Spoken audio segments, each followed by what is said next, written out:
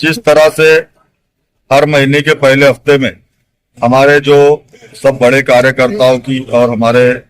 राष्ट्रवादी Congress party के जो नगर सेवक हजरात हैं उन तमाम लोगों को लेकर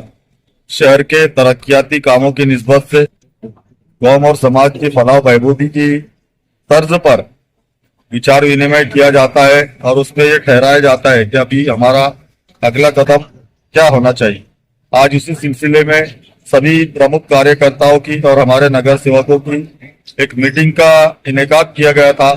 और उसमें सबसे अहम मुद्दा ये था कि जिस तरह से भाजपा की ये सरकार हमारे सूची नाला के गरीब लोगों के ऊपर जो जुल्म अत्याचार कर रही है उसके खिलाफ किस तरह से लड़ा दिया जाए और उनको किस तरह से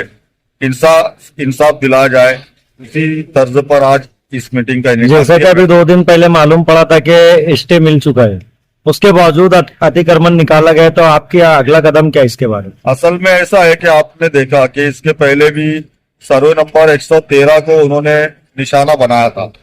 और वो सर्वे नंबर 13 को लेकर सबसे पहले तो हमने जिस वक्त हम एमआईएम में थे उस वक्त भी हमने राज्य के उप मुख्यमंत्री अजित पवार से मुलाकात की थी और उनको वो रोकने के लिए कहा था। उसके बाद हमने सर्वे नंबर 113 के लिए औरंगाबाद हाईकोर्ट से स्टे हासिल किया था। ये बात उन लोगों को नागवार गुजरी जो कौम समाज के दुश्मनान है और उन्होंने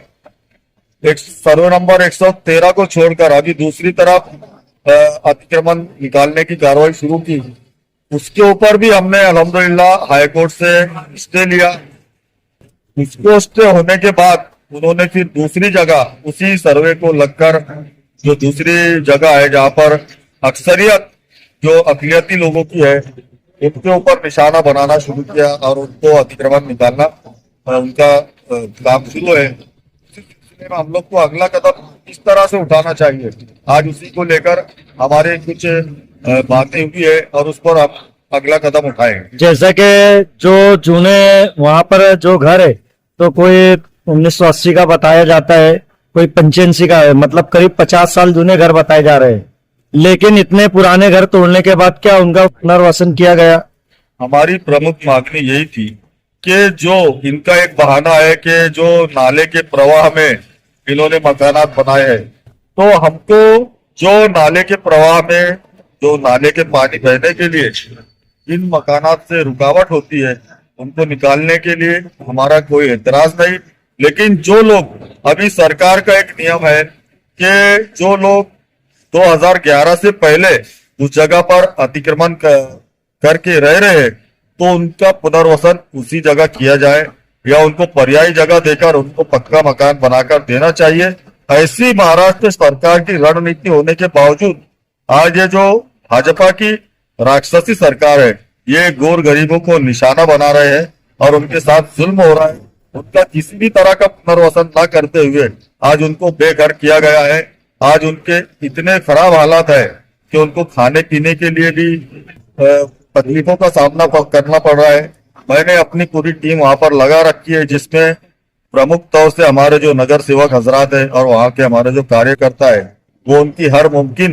कोशिश कर रहे हैं और इंशाअल्लाह ताला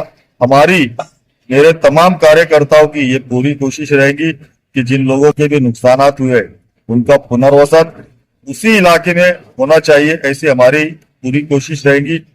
जैसा कि अभी हाल ही में जैसे जिन लोगों का घर टूटा है और उनको रहने की जगह नहीं है और बहुत सारी तकलीफों का सामना करना पड़ रहा है, तो क्या आपकी जो पार्टी है या आपकी टीम इसके लिए कोई रणनीति बनाई है? देखिए, हमने अभी आपको ये बताया कि इस मामले में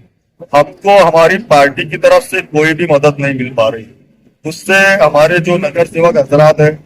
वो बहुत नाराज है और कुछ नगर सेवकों का तो ये भी कहना है कि हमको इस पार्टी से राजीनामा दे देना चाहिए। लेकिन उनको हमने बहुत समझाकर और हमने ये कहा जैसा कि वहां पर जो बहुत ज्यादा जिनके हालात नाजुक है, जो कमा खा नहीं सकते, ऐसे लोगों की यादी बनाई जाए। उनको हम हर तरह की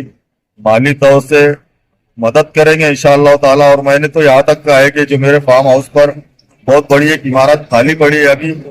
कुछ आर्जी तौर पर उनको हम वहां पर रहने के लिए इंतजाम कर देंगे और उनको पूरा खाने पीने का नज्म हमारे कार्यकर्ताओं की तरफ से, हमारी टीम की तरफ से किया जाएगा इंशाअल्लाह। जैसे कि एसटी लगने के बाद ये मनमानी करके तोड़ा गया है अतिक्रमण, तो आप इसके खिलाफ कोई कार्रवाई करेंगे? जैसे ही मुझे इन्हें 3:30 बजे के करीब